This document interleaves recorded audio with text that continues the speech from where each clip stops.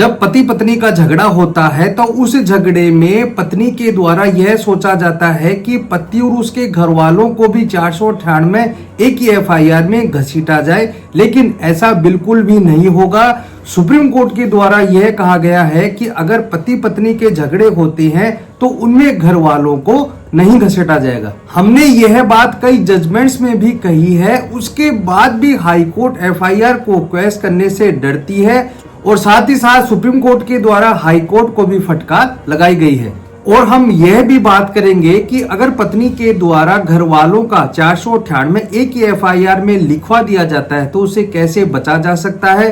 साथ ही हम बात करेंगे कि अगर पत्नी के द्वारा 498 एक एफआईआर दर्ज करवा दी जाती है तो ऐसे कौन से ग्राउंड है जिनके आधार पर हम एफआईआर को क्वेश करवा सकते हैं। और इस वीडियो की सबसे जबरदस्त बात यह रहेगी कि अगर आपके द्वारा तलाक की याचिका लगा दी जाती है और पत्नी को इस बात की सूचना हो जाती है और उसके बाद पत्नी के द्वारा 498 एक एफआईआर लगाई जाती है तो उसमें आपको क्या फायदा मिलेगा।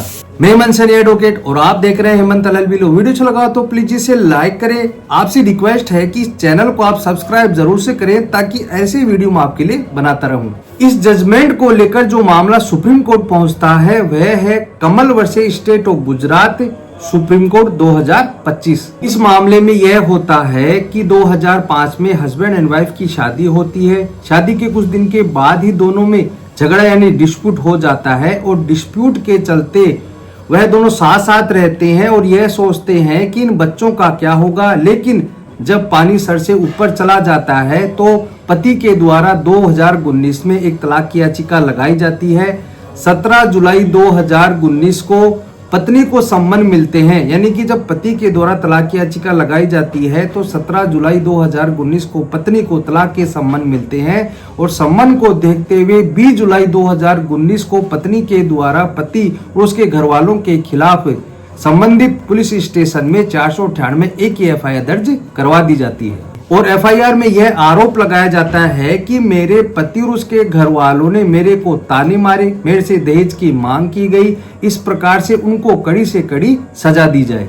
आप यह बात ध्यान में रखना कि 17 जुलाई 2019 को पत्नी को सम्मन मिलते हैं और 20 जुलाई 2019 को 498 एक ही एफआईआर दर्ज करवा दी जाती है। अब जैसी एफआईआर दर्ज होती है, एफआईआर दर्ज होने के बाद इस मामले में इन्वेस्टिगेशन होता है और पुलिस के द्वारा संपूर्ण यानी अच्छी तरह से जांच भी नहीं की जाती है और सभी व्यक्तियों को आरोपी मान लिया जाता है और उनके खिलाफ न्यायालय में चार्जशीट भी पेश कर दी जाती है और संबंधित न्यायालय के द्वारा उस चार्जशीट पर संज्ञान भी ले लिया जाता है। उसके बाद पति और उसके घर वाले 482 सीआरपीसी के तहत उस चार्जशीट और एफआईआर को चैलेंज करने के लिए हाई कोर्ट में जाते हैं। हाई कोर्ट के द्वारा सेम व्यू लिया जाता है और यह कहा जाता है कि आपके खिलाफ चार्जशीट न्यायालय में पेश कर दी गई है, संज्ञान भी ले लिया गया है, इसलिए आप जो भी बात कहें ट्रायल कोर्ट में जाकर कहें। हम एफआईआर को क्वेश नहीं करते हैं, हमारा यह मानना है।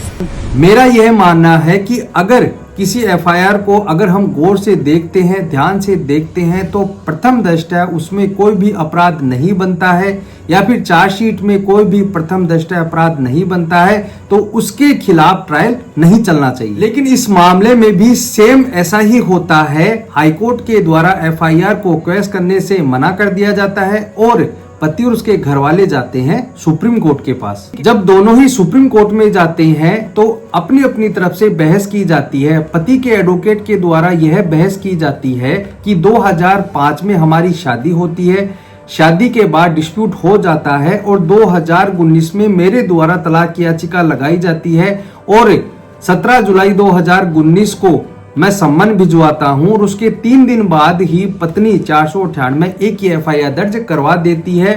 तो 2005 से लेकर 2019 तक पत्नी कहां पर गई थी? अगर उसे यह लगता कि मेरे से दहेज की मांग की जा रही है तो उसके द्वारा एफआईआर क्यों नहीं करवाई गई, इतने समय का वेट क्यों किया गया? दूसरी तरफ अगर हम एफआईआर को ध्यान से देखते हैं तो उसमें हमारे खिलाफ किसी भी प्रकार का स्पेसिफिक एलिगेशन नहीं है। पत्नी ने कहा कि मेरे को ताने मारे, मेरे को टोंट कसा, तो ऐसा करना 498 एक ही परिधि में नहीं आता है।